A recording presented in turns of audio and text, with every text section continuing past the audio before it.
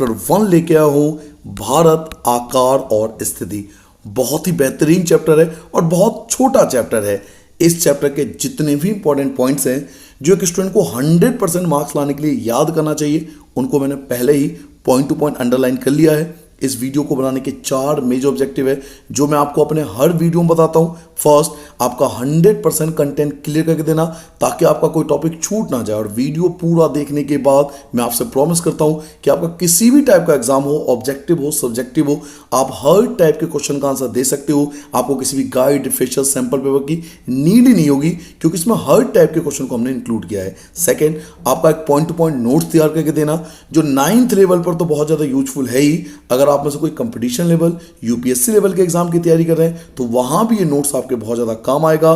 Third, हम पूरे chapter को एक सिस्टमैटिक तौर पे पढ़ेंगे, पॉइंट टू पॉइंट पढ़ेंगे।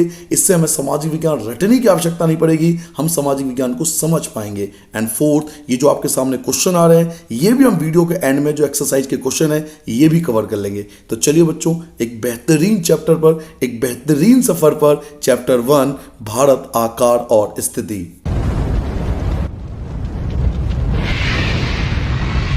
चलिए बच्चों, यहां से स्टार्ट करते हैं अपना ये चैप्टर, और याद आपको केवल इन्हीं पॉइंट्स को करना है जो येलो कलर से हाईलाइटेड किए गए हैं। हालांकि मैं आपको चैप्टर पूरा समझाऊंगा, कोशिश करूंगा कि 100% चीज आपको समझ में आए, बट याद आप इन्हीं पॉइंट्स को करना जो येलो कलर से हाईलाइटेड है। चलिए स्टार्ट करते हैं। भारत विश्व की प्राचीनतम संस्कृति में से एक है। हमारी जो संस्कृति है बच्चों वो बहुत प्राचीन है। अगर आप इतिहास पढ़ोगे तो पता चलेगा कि भारत की जो संस्कृति है वो बहुत प्राचीन है। पिछले 5 दशकों से, दशक मतलब आप ये समझ लो कि 50 साल से, पिछले 5 दशकों से भारत ने सामाजिक आर्थिक रूप से बहुमुखी उन्नति की है। अगर हम पिछले 50 साल का आप डाटा उठाओगे तो आपको पता चलेगा कि भारत ने सामाजिक तौर पे आर्थिक रूप से बहुत ज़्यादा तरक्की की है।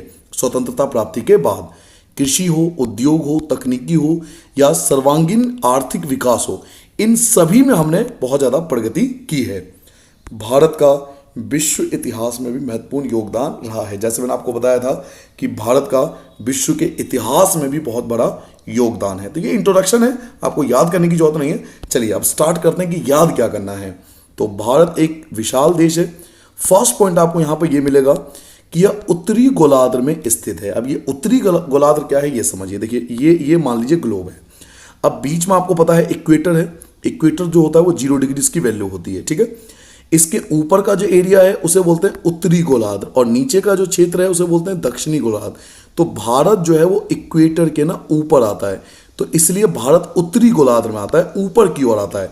तो फर्स्ट पॉइंट हमें मिल गया कि यह उत्तरी गोलार्ध में स्थित है। तो अगर आपसे क्वेश्चन में पूछता है कि भारत कौन से गोलार्ध में है तो भारत उत्तरी गोलार्ध में स्थित है, ठीक है। ये पॉइंट नंबर 1 हो गया हमारा।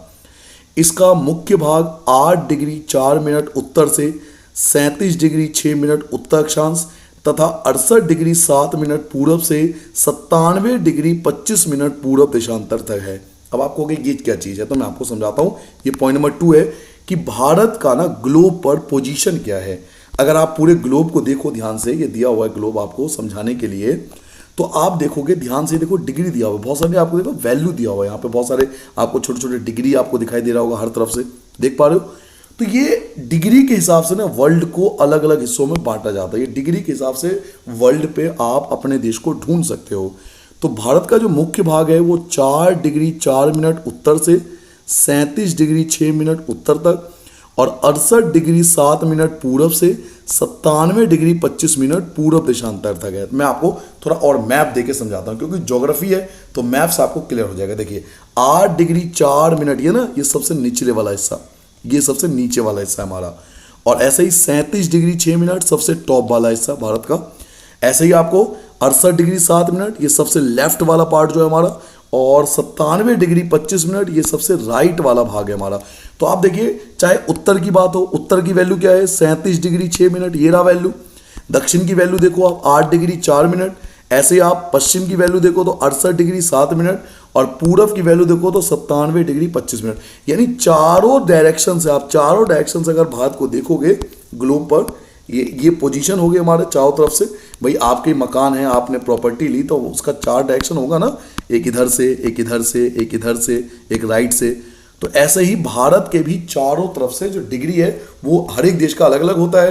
तो आपको याद करना है कि भारत का जो मुख्य भाग है वो 8 डिग्री उत्तर से 37 डिग्री उत्तर। अब कई बच्चों के मन में आ सकता है कि सर 8 डिग्री 4 मिनट तो दक्षिण में था, लेकिन बोलते बच्चों उत्तर के फॉर्म में ही है, भले ही वो दक्षिण हो, वो भारत के हिसाब से दक्षिण में ना, लेकिन आपने अभी पढ़ा था भारत उत्तरी गोलार्ध में, इसलिए हम उत्तर ही बोलते हैं। 8 डिग्री 4 मिनट उत्तर से 37 डिग्री 6 मिनट उत्तर, जो कि हम लोग उत्तरी गोलार्ध में आते हैं, इसलिए उसके हिसाब से उत्तर बोलेंगे। ऐसे ही 68 डिग्री 7 मिनट पूरब से 97 डिग्री 25 मिनट पूरब देशांतर तक स्थित है। ये भारत का ग्लोब पर स्थिति है। तो 2 पॉइंट समझ में आ गया। यहां मैंने आपको 2 बातें बताई, ठीक है, मैं दोबारा बताता हूं। भारत उत्तरी गोलार्ध में है, ये हमारा पहला पॉइंट था। भारत का मुख्य भाग 8 डिग्री 4 मिनट उत्तर से 37 डिग्री 6 मिनट उत्तर तक, और 68 डिग्री 7 मिनट पूरब से 97 डिग्री 25 मिनट पूरब तक फैला हुआ है। ये 2 पॉइंट हो गया। नाउ पॉइंट नंबर 3 आता है कर्क रेखा, जिसे इंग्लिश में ट्रॉपिक ऑफ कैंसर कहते हैं, और उसकी वैल्यू होती है 23 डिग्री 30 मिनट। कर्क रेखा की वैल्यू होती है 23 डिग्री 30 मिनट। तो बच्चों जो कर्क रेखा है ना, जिसकी वैल्यू 23 डिग्री 30 मिनट है, ये उत्तर में है, और ये हमारे देश भारत को ना लगभग 2 बराबर भागों में बांटती है। तो ये पॉइंट नंबर 3 हो जाएगा हमारा कि कौन सी रेखा है जो भारत को लगभग 2 बराबर भागों में बांटती है, तो वो है कर्क रेखा। ठीक है, कर्क, 2 चीज याद रखिए, कर्क रेखा की वैल्यू कितनी है, तो कर्क रेखा की वैल्यू है 23 डिग्री 30 मिनट। एक तो ये बहुत ज्यादा एग्जाम में आता है कि कर्क रेखा की वैल्यू नहीं पता होती बच्चों को, तो कर्क रेखा की वैल्यू होती है 23 डिग्री 30 मिनट उत्तर, और ये भारत को 2 बराबर भागों में बांटती है। फिर से देखिए, फिर मैप देखिए, क्योंकि ज्योग्राफी है, मैप आपको बार बार देखना पड़ेगा। ये देखिए, ये कर्क रेखा है, ये जो आपको डॉट डॉट लाइन देख रहे हो, ये कर्क रेखा है, ये कर्क रेखा है, ये कर्क रेखा दिखाया गया है। तो आप देखो भारत को लगभग 2 हिस्सों में, ये ऊपर का हिस्सा हो गया, और ऐसे आप देखो ये नीचे का हिस्सा है, तो भारत को लगभग 2 बराबर हिस्सों में बांटता है ये कर्क रेखा। ठीक है, इंग्लिश में ट्रॉपिक ऑफ कैंसर भी बोलते हैं। तो कौन सी रेखा भारत को 2 भागों में बांटती है, तो वो कर्क रेखा। ये पॉइंट नंबर 3 हो गया। पॉइंट नंबर 4 पे आते हैं। मुख्य भूभाग के दक्षिण पूर्व में अंडमान और निकोबार द्वीप समूह, और बंगाल की खाड़ी में तथा दक्षिण पश्चिम में लक्षद्वीप समूह अरब सागर में स्थित है। कहने का मतलब यह है कि भारत के पास ना 2 द्वीप समूह हैं। एक जो है वो है अंडमान और निकोबार द्वीप समूह, जो कि बंगाल की खाड़ी में है। ठीक है, भारत के बाद 2 द्वीप समूह है बेसिकली। एक का पूरा नाम है अंडमान और निकोबार, हालांकि ये भी अलग अलग है, अंडमान अलग है, निकोबार अलग है, बट हम इसे एक मान लेते हैं। तो अंडमान और निकोबार द्वीप समूह जो भारत का है वो बंगाल की खाड़ी में स्थित है, और दूसरा हमारे पास जो द्वीप समूह है उसका नाम क्या है, उसका नाम है लक्षद्वीप समूह। ठीक है, लक्षद्वीप, और ये लक्षद्वीप कहाँ है, तो ये अरब सागर में है। तो ये पॉइंट नंबर 4 हो गए। तो कोई आपसे पूछे कि भारत के पास कितने द्वीप समूह है, तो आप याद रखिए भारत के पास 2 द्वीप समूह है। ठीक है, एक आपके पास अंडमान और निकोबार करके है, और एक आपके पास लक्षद्वीप है। अब ये जो अंडमान और निकोबार है ये आपका स्थित है बंगाल की खाड़ी में, और जो लक्षद्वीप है ये आपका स्थित है अरब सागर में। मैं आपको मैप के द्वारा समझाने का प्रयास करता हूं।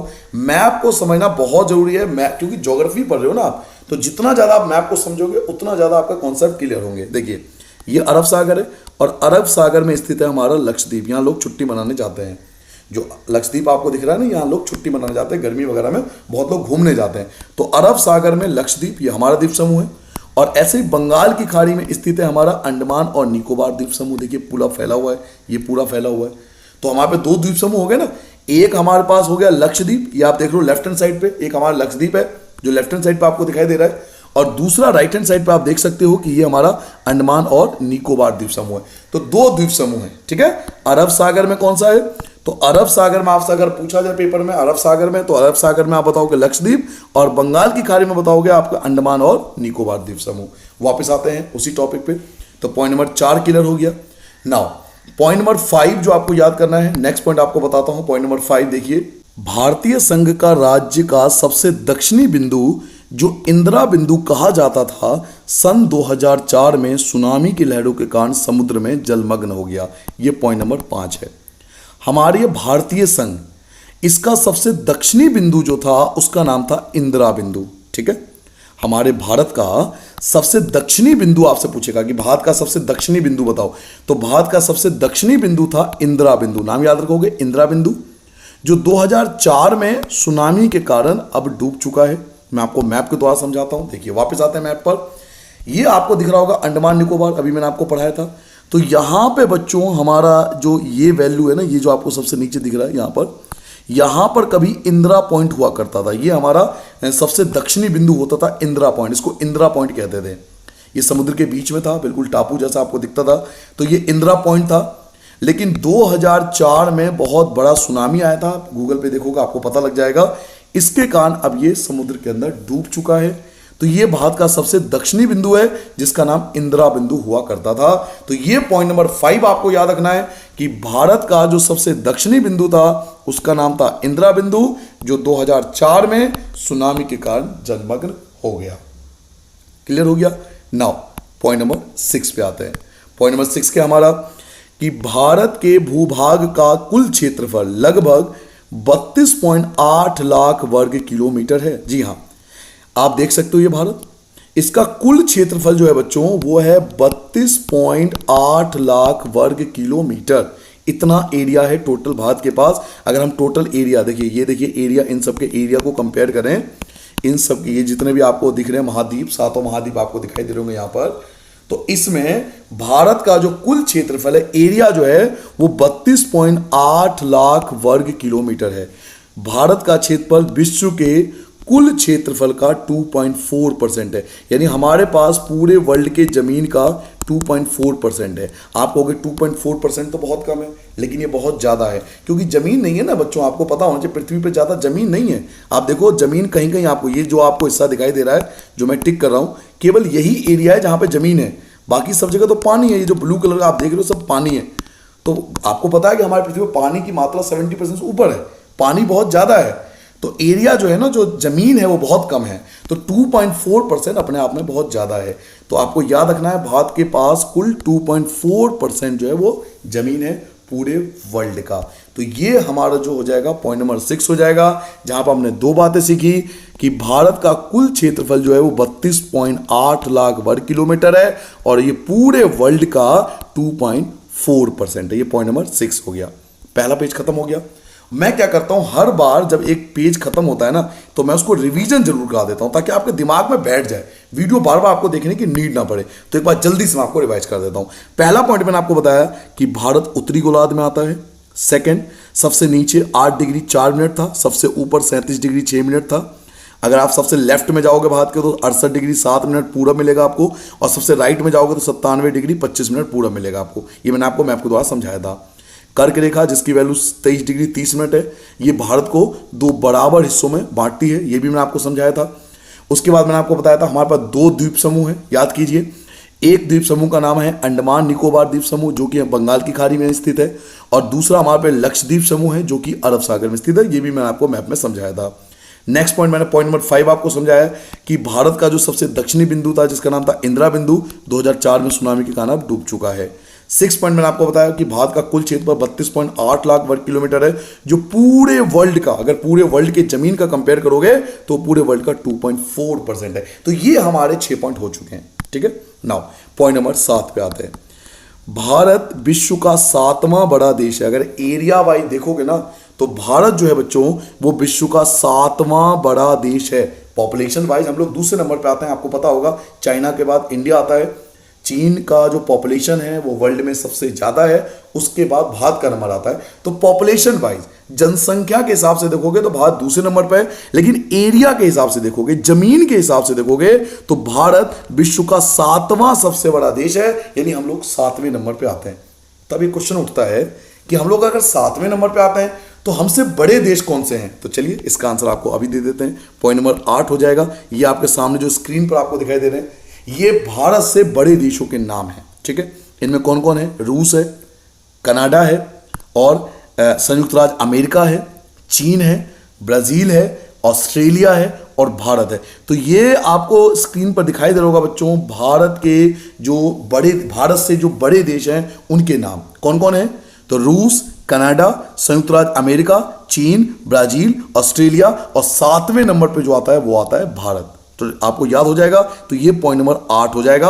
अगर आपसे पूछा जाए कि भारत से बड़े देशों के नाम बताइए, तो पहले नंबर पे रूस बताना, फिर कनाडा, फिर संयुक्त राज्य अमेरिका, फिर चीन, ब्राजील, ऑस्ट्रेलिया और 7वें नंबर पे भारत। ये देखिए पहले नंबर पे आ गया, ये दूसरा, ये थर्ड, ये 4, ये 5, ये 6 और भारत आता है 7वें नंबर पे। मैं आपको पहले बता चुका हूं। तो भारत से बड़े देशों के नाम याद हो जाएंगे आपको, रूस, कनाडा, अमेरिका, चीन, ब्राजील, ऑस्ट्रेलिया और 7वें नंबर पे भारत। मैं अक्सर अपने क्लास में बच्चों को बताता हूं, इसे ऐसे याद करो, हिंदी मीडियम, रुक अचिब्रा। मैं अक्सर बताता हूं बच्चों को, ये लाइन बताता हूं, रुक अचिब्रा आभा, रुक अचिब्रा आभा, अचिब्रा आभा। ये वर्ड मैं अक्सर बताता हूं बच्चों को ताकि याद करने में आसानी हो। रुक अचिब्रा आभा। अब ये रुक अचिब्रा आभा क्या है, देखिए, रूस, कनाडा, अमेरिका, चीन, ब्राजील, ऑस्ट्रेलिया, भारत। ये 7 देशों को याद करने का तरीका है, रूस, कनाडा, अमेरिका, चीन, ब्राजील, ऑस्ट्रेलिया, भारत। तो ये लाइन से आपको याद हो जाएगा, रुक अचिब्रा आभा। मुझे भी ऐसे याद आता है, रुक अचिब्रा आभा, रूस, कनाडा, अमेरिका, चीन, ब्राजील, ऑस्ट्रेलिया और भारत। तो ये भारत से जो जितने भी 6 देश बड़े हैं उन सबके नाम याद हो गए। वहां 7वें नंबर पे आता है। ये पॉइंट नंबर 8 था हमारा। क्लियर हो गया? आगे पढ़े हम। नाउ नेक्स्ट पॉइंट देखिए हमारे पास क्या है कि भारत की जो स्थलीय सीमा रेखा है, एक मिनट जरा पेन ले लूं, मैं एक मिनट पेन सेलेक्ट कर लूं।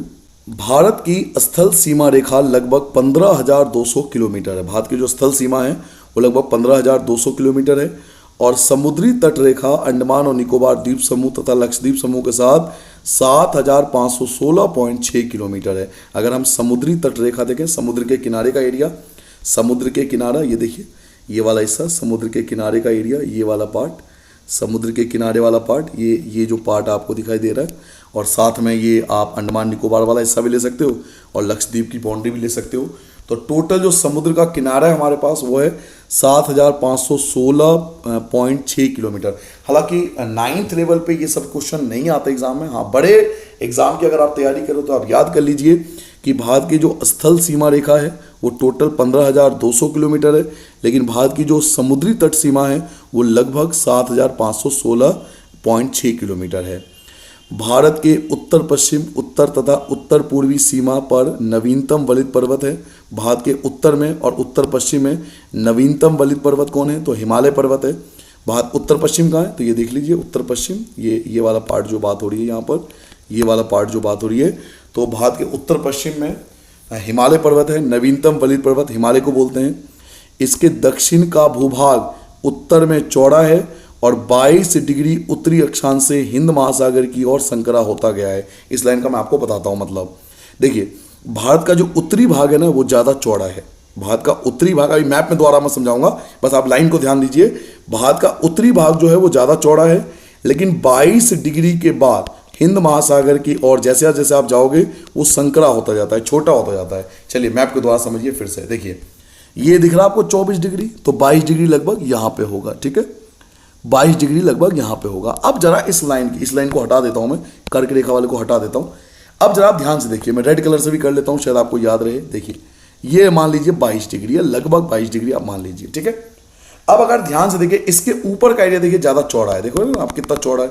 इसके ऊपर का एरिया जो है वो लगभग बहुत ज़्यादा चौड़ा है, लेकिन आप जैसे जैसे दक्षिण की ओर आओगे, देखो इसका जो पार्ट है वो छोटा होता गया, है ना, हिस्सा छोटा होता गया ना, देखो ना पतला होता चला गया। तो यही बताने की कोशिश की गई है कि भारत का जो उत्तरी भाग है वो तो ज़्यादा चौड़ा है, लेकिन 22 डिग्री के बाद जैसे जैसे आप हिंद महासागर की ओर आओगे ये संकरा होता जाएगा, छोटा होता जाएगा। तो ये सब मैंने येलो कलर से हाईलाइट नहीं करे हैं, क्यों? क्योंकि ये सब कभी एग्जाम में नहीं पूछा गया है। बस आपको नॉलेज होनी चाहिए, बट 9th लेवल पे तो कभी नहीं पूछा गया। अगर बड़े लेवल के एग्जाम की तैयारी करें तो आप जरूर याद कर लेना। इसके पश्चिम में अरब सागर और पूरब में बंगाल की खाड़ी स्थित है। ये हम पहले कर चुके हैं कि भारत के जो पश्चिम में है वो अरब सागर है और पूरब में बंगाल की खाड़ी है। ये मैं पहले आपको बता चुका हूँ पहले वाले पेज पे। तो आगे बढ़ जाए। नाउ यहाँ पर पॉइंट नंबर 9 आएगा। पॉइंट नंबर 9 आपको याद करना है कि भारत का जो अक्षांश और देशांतर का विस्तार है वो 30 डिग्री है। याद रखोगे, भारत के अक्षांश और देशांतर का विस्तार लगभग 30 डिग्री है। आपने अक्षांश रेखाएं और देशांतर रेखाएं पढ़ी होगी छोटी क्लास में। तो भारत के अक्षांश और देशांतर रेखाओं के बीच का जो गैप है वो लगभग 30 डिग्री का है। ठीक है, याद कर लेना, छोटा सा पॉइंट है कि भारत के अक्षांश और देशांतर का विस्तार जो है वो लगभग 30 डिग्री है। क्लियर हो गया। पॉइंट नंबर 10 पे आ जाते हैं।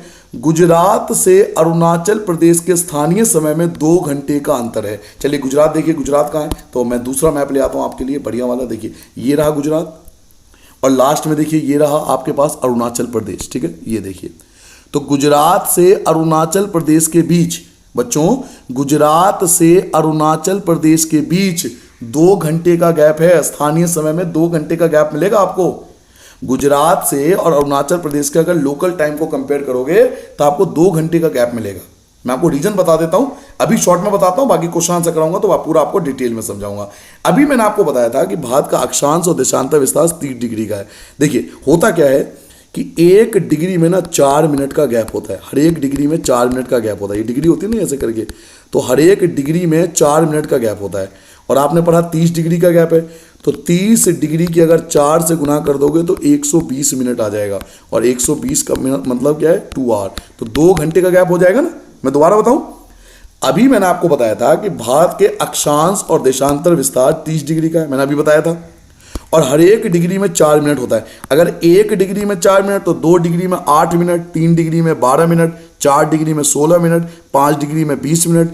तो 30 डिग्री में कैसे निकालोगे, 4 से गुना कर दो, 120 मिनट, 120 मिनट तो 2 घंटा। इसलिए बच्चों गुजरात से अरुणाचल प्रदेश के स्थानीय समय में 2 घंटे का अंतर है। बाकी क्वेश्चन आंसर भी है, उसमें मैं आपको डिटेल में समझाऊंगा। ये पॉइंट नंबर 10 हो गया। पॉइंट नंबर 11, 82 डिग्री 30 मिनट पूरब देशांतर रेखा को भारत की मानक यामोत्तर माना गया है, जो कि उत्तर प्रदेश में मिर्जापुर से गुजरता है। अब ये मानक यामोत्तर क्या है, देखिए डिटेल में समझिए। मानक यामोत्तर रेखा क्या है, ये बहुत जरूरी है समझना। चैप्टर भले ही छोटा है लेकिन बहुत कुछ आपको समझ में आएगा इस चैप्टर के अंदर।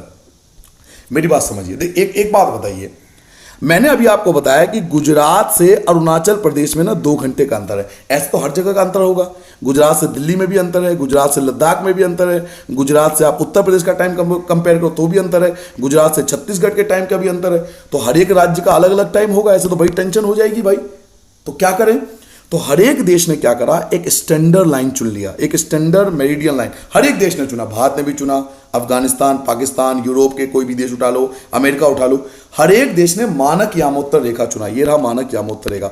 तो भारत की जो मानक यामोत्तर रेखा वो है 82 डिग्री 30 मिनट। तो ये जो लाइन आपको दिखाई दे रही है ना, ये भारत की मानक यामोत्तर रेखा है।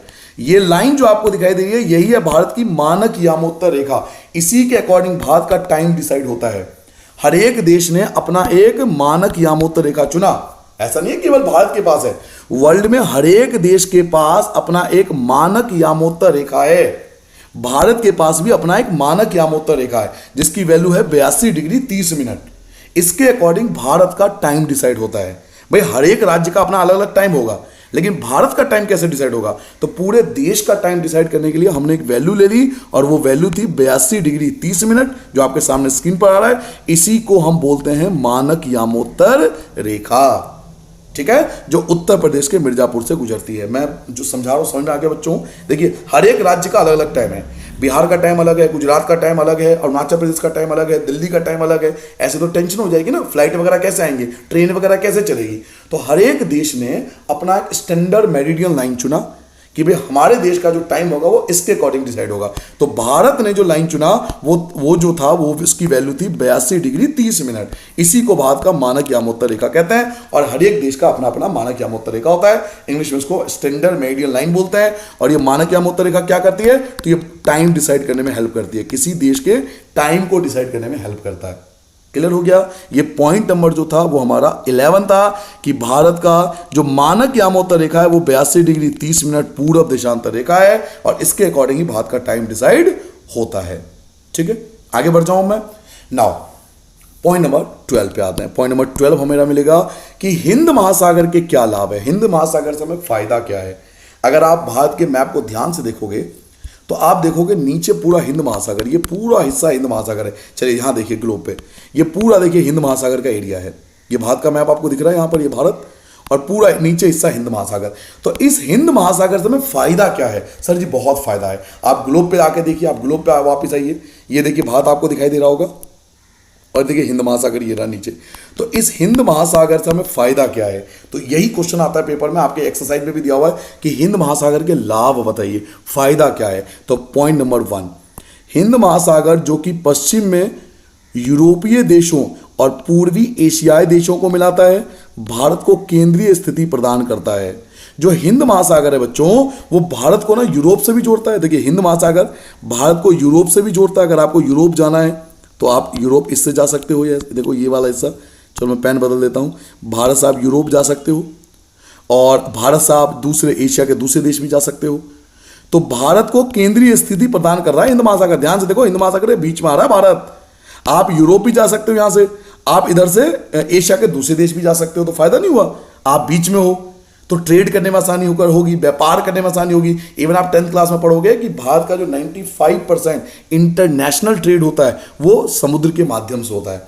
तो हिंद महासागर जो कि पश्चिम में यूरोपीय देशों से और पूर्वी एशियाई देशों को मिलाता है, भारत को केंद्रीय स्थिति प्रदान करता है। भारत को केंद्रीय स्थिति प्रदान करता है, यानी अगर हिंद महासागर से कोई जाएगा, तो अगर हिंद महासागर से कोई गुजरेगा ना, तो बीच में उसको भारत मिलेगा। भारत को केंद्रीय स्थिति प्रदान करता है हिंद महासागर। ये था आपका बेनिफिट नंबर पहला। ठीक है, नाउ दूसरा बेनिफिट क्या है, तो देखिए अगला बेनिफिट, हिंद महासागर में किसी भी देश की तटीय सीमा, ये जो येलो कलर से हाईलाइट है आप उसे देख सकते हो, ये येलो कलर से हाईलाइट किया गया है। हिंद महासागर में किसी भी देश की जो तटीय सीमा है वो भारत जैसी नहीं है। भारत की जो तटीय सीमा है ना बहुत बड़ी है। तटीय सीमा क्या होती है, तो समुद्र के किनारे का एरिया। ये जो आपको रेड कलर से मैंने थोड़ी देर पहले अंडरलाइन कराया था, ये आप देख रहे हो रेड कलर से अंडरलाइन कराया था ना थोड़ी देर पहले, ये था तटीय सीमा। तो भारत की जो तटीय सीमा है वो सबसे बड़ी है, बहुत बड़ी है। देखो बहुत बड़ा तटीय सीमा है, ये रेड कलर से मैंने अंडरलाइन कर रखा, आप देख सकते हो। तो भारत की जो तटीय सीमा है वो बहुत बड़ी है। तो हिंद महासागर में किसी भी देश की तटीय सीमा भारत जैसी नहीं है। भारत की इसी महत्वपूर्ण स्थिति के कारण एक महासागर का नाम रखा गया हिंद महासागर। तो हिंद महासागर में किसी भी देश की जो तटीय सीमा है वो भारत जैसी नहीं है।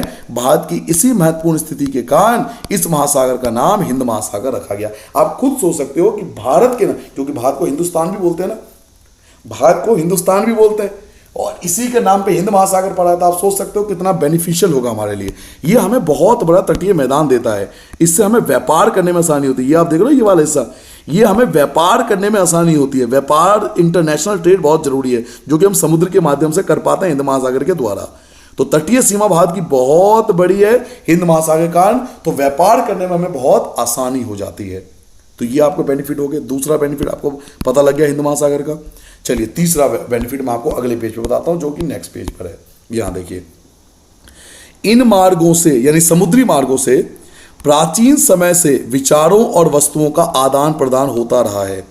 अगर आप इन मार्गों को ध्यान से स्टडी करोगे तो आपको पता लगेगा प्राचीन समय से ही विचारों का और वस्तुओं का आदान प्रदान होता रहा है भारत के साथ। आपको पता होगा कि जो अंग्रेज आए थे भारत आए थे, क्यों आए थे? मसालों के लिए। और कैसे आए थे? समुद्र के रास्ते आए थे। पता है आपको, जो अंग्रेज थे वो भारत आए थे, वो किस लिए आए थे? वो मसालों के लिए आए थे और समुद्र के रास्तों से आए थे। तो इन मार्गों से प्राचीन समय से विचारों और वस्तुओं का आदान प्रदान होता रहा है। तो तीसरा बेनिफिट हो गया आपको हिंद महासागर का। चलिए जी, चौथा बेनिफिट आपको बताता हूं। उपनिषदों के विचार, रामायण, पंचतंत्र की कहानियां, भारतीय अंक एवं दशमलव प्रणाली आदि संसार के विभिन्न भागों तक पहुंच सके। जो भारत के उपनिषद हैं, जो भारत के रामायण हैं, जो भारत के पंचतंत्र की कहानियां हैं, भारतीय अंक एवं दशमलव जो प्रणाली है, वो संसार के विभिन्न भागों तक पहुंच सके। कैसे पहुंच पाए? समुद्र के मार्गों से पहुंच पाए। तो ये चौथा बेनिफिट हो गया हिंद महासागर का। पांचवा बेनिफिट लीजिए जी, पॉइंट नंबर 5, आपको पांचवा बेनिफिट हिंद महासागर का बताना है। तो मसाले, मलमल आदि कपड़े तथा व्यापार के अन्य सामान भारत से विभिन्न देशों को ले जाए जाते थे। मैंने अभी आपको बताया था कि मसाले बहुत ज़्यादा इंपॉर्टेंट था, अंग्रेज भी इसी के लिए आए थे। मलमल आदि कपड़े जो होते हैं, चाहे व्यापार के अन्य सामान जो होते हैं, वो भारत से विभिन्न देशों को ले जाए जाते थे समुद्री मार्ग से द्वारा। ठीक है।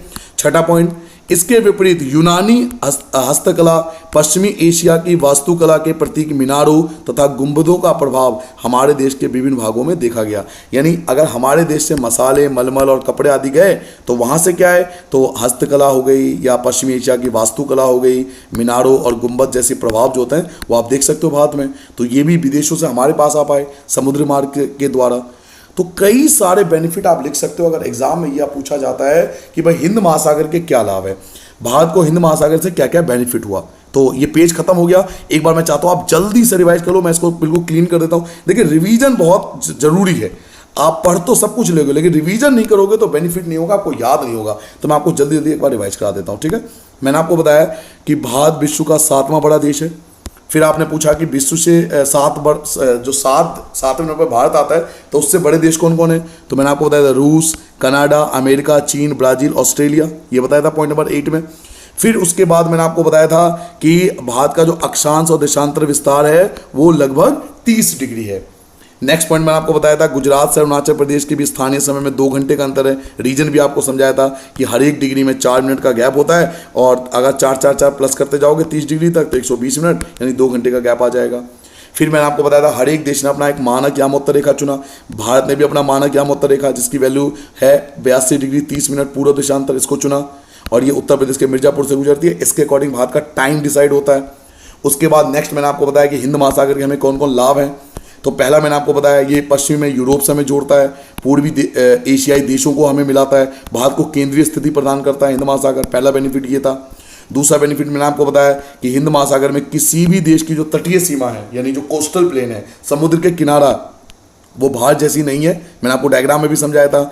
भारत की इसी महत्वपूर्ण स्थिति के कारण एक महासागर का नाम इसके नाम पर रखा गया हिंद महासागर, ठीक है, क्योंकि तटीय सीमा हमारी बहुत बड़ी है। ये डायग्राम मैंने आपको समझाया था, देखिए भारत की तटीय सीमा कितनी बड़ी है। हम यहाँ से इंटरनेशनल ट्रेड कर सकते हैं, व्यापार करने में हमें बहुत आसानी होती है। उसके बाद मैंने आपको बताया था इन मार्गों से प्राचीन समय से ही विचारों का, वस्तुओं का आदान प्रदान होता रहा है।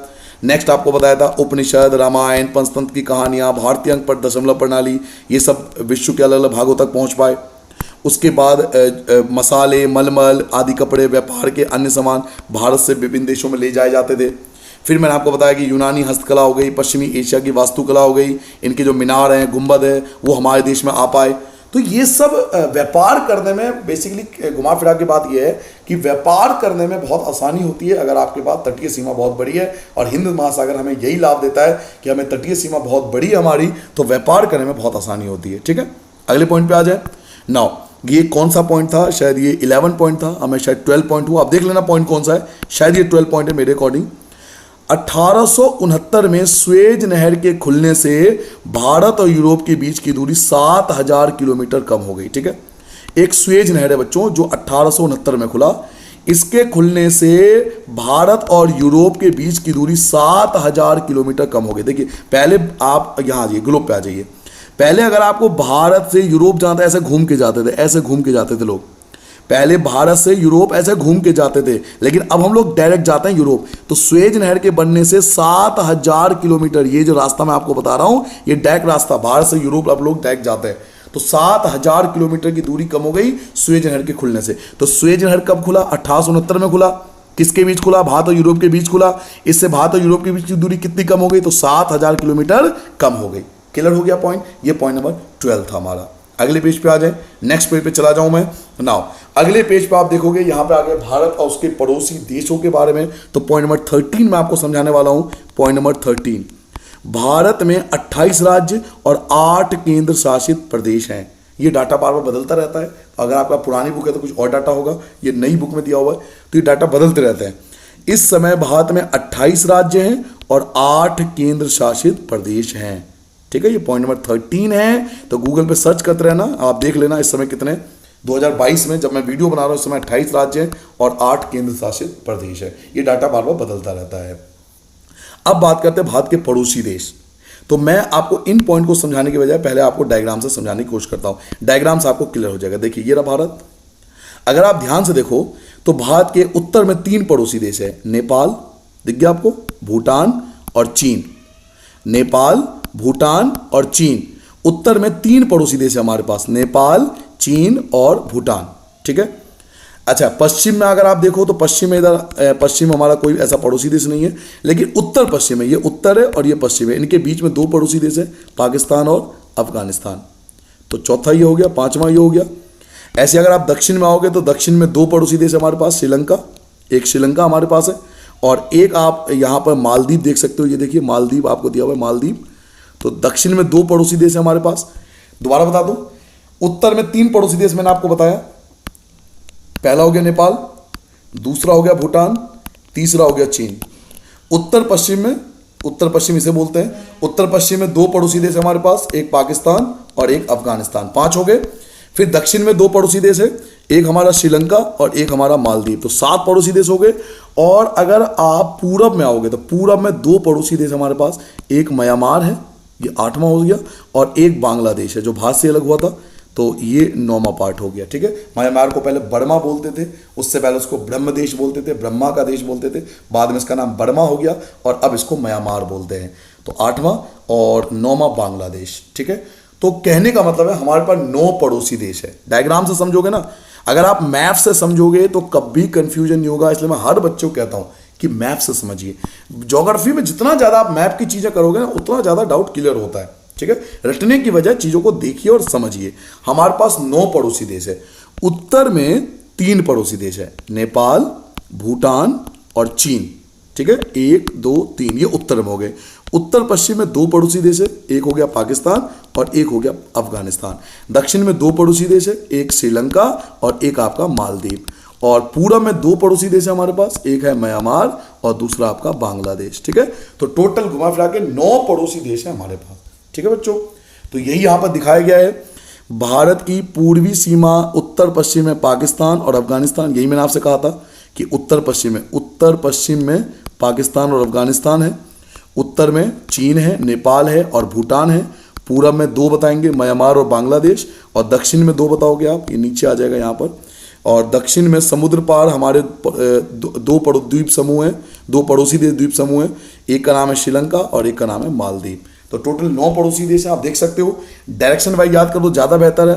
पाकिस्तान, अफगानिस्तान 2 हो गए, चीन हो गया, नेपाल हो गया, भूटान हो गया 5 हो गया, म्यांमार हो गया, बांग्लादेश हो गए 7 हो गए, और दक्षिण में 2 पड़ोसी देश हमारे पास, एक श्रीलंका और मालदीव। क्लियर हो गया बच्चों, तो टोटल 9 पड़ोसी देश हो गए। और ये हमारा पॉइंट नंबर कौन सा था? पॉइंट नंबर ये आपका शायद 14 था। ठीक है, पॉइंट नंबर 14 भारत के पड़ोसी देश। नाउ पॉइंट नंबर 15 पे आते हैं कि भारत और श्रीलंका के बीच एक मार्ग है, उस मार्ग का नाम क्या है? ये पॉइंट नंबर 15 होगा हमारा। भारत और श्रीलंका के बीच एक छोटा समुद्री रास्ता है, उसको बोलते हैं पाक जल संधि और मन्नार की खाड़ी। भारत और श्रीलंका के बीच एक छोटा सा मार्ग है, भारत और श्रीलंका के बीच समुद्री मार्ग है जिसको बोलते हैं पाक जल संधि और मन्नार की खाड़ी। ये आप डायग्राम में समझिए, ये दिख रहा हो मार्ग आपको, छोटा सा मार्ग। चलो मैं डायग्राम थोड़ा क्लियर कर देता हूँ, शायद और अच्छे से आपको ये हटा देता हूँ। ठीक है, आप देख सकते हो ये यहाँ पे आपको दिखाई दे रहा होगा, ये छोटा सा रास्ता आपको दिखाई दे रहा होगा, है ना, भारत और श्रीलंका के बीच में। तो इसी को हम लोग क्या बोलते हैं? मन्नार की खाड़ी और पाक जल संधि, जो भारत और श्रीलंका के बीच मार्ग है, इसको मन्नार की खाड़ी या फिर पाक जल संधि के नाम से जानते हैं। तो ये पॉइंट नंबर 15 हो जाएगा हमारा कि भारत और श्रीलंका के बीच कौन सा मार्ग है? तो भारत और श्रीलंका के बीच एक छोटा समुद्री रास्ता है जिसको पाक जल संधि या मन्नार की खाड़ी कहते हैं। पॉइंट नंबर 15 हो चुका है। ठीक है, पॉइंट नंबर 16, एक्सरसाइज जब पे जाने से पहले पॉइंट नंबर 16 आपको बताऊंगा कि कर्क रेखा कौन कौन राज्यों से गुजरती है। तो एक बार मैं बिल्कुल हटा देता हूं, पूरा डायग्राम क्लियर कर देता हूं अच्छे से ताकि आप देख पाओ कर्क रेखा कौन कौन से राज्यों से गुजरती है। पॉइंट नंबर 16 हो जाएगा बच्चों। ठीक है, पॉइंट नंबर 16 पे आ गए हम लोग, कर्क रेखा। और कर्क रेखा कौन कौन से राज्यों से गुजरती है? तो सबसे पहला आता है गुजरात, दूसरा आता है राजस्थान, देख सकते हो ये देखो राजस्थान से थोड़ा जा रहा है, तीसरा आता है मध्य प्रदेश, चौथा आता है छत्तीसगढ़, ये 4 हो गया छत्तीसगढ़, पांचवा आता है आपका झारखंड, 5 हो गए, छठा आता है पश्चिम बंगाल, फिर त्रिपुरा 7वां हो गया, और मिजोरम आपका 8वां हो गया। तो बच्चों 8 राज्यों से गुजरता है हमारा कर्क रेखा।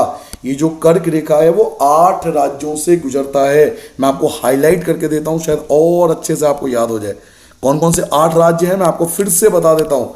कर्क रेखा 8 राज्यों से गुजरता है, गुजरात, मध्य प्रदेश, छत्तीसगढ़, झारखंड, पश्चिम बंगाल, त्रिपुरा, मिजोरम, इन 8 राज्यों से कर्क रेखा गुजरता है। 1 2 3 4 5 6 7, कोई एक रह गया क्या? राजस्थान रह गया, ये रहा राजस्थान। ठीक है, तो टोटल 8 राज्यों से कर्क रेखा गुजरता है।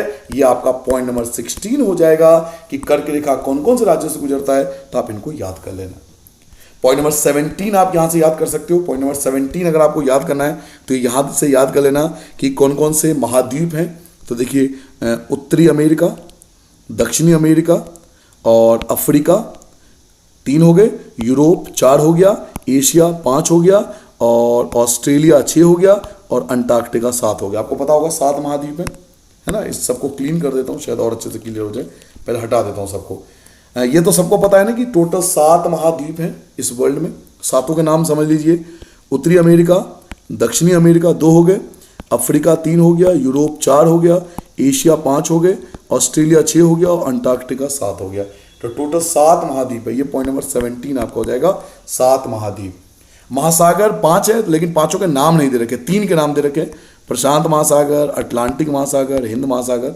महासागर 3 ही है तो आप महासागर छोड़ देना, क्योंकि 5 के नाम नहीं दे रखे यहाँ पे, बट महाद्वीप के नाम है तो आप याद कर लेना। हालांकि ये सब चीज़ें छोटी क्लास में आती है, बट मैं आपको समझा दिया। ठीक है बच्चों, तो ये था आपका कंप्लीट चैप्टर का, जिसको आपको याद करना चाहिए।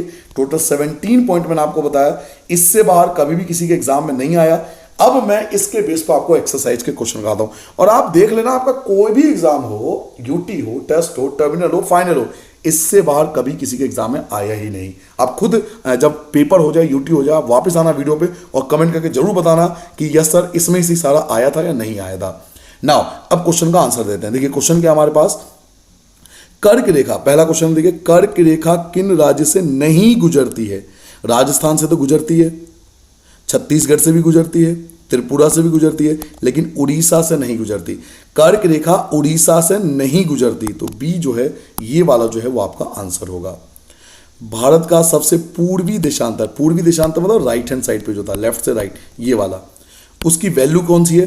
तो 97 डिग्री 25 मिनट। याद कीजिए 97 डिग्री 25 मिनट ये वैल्यू थी।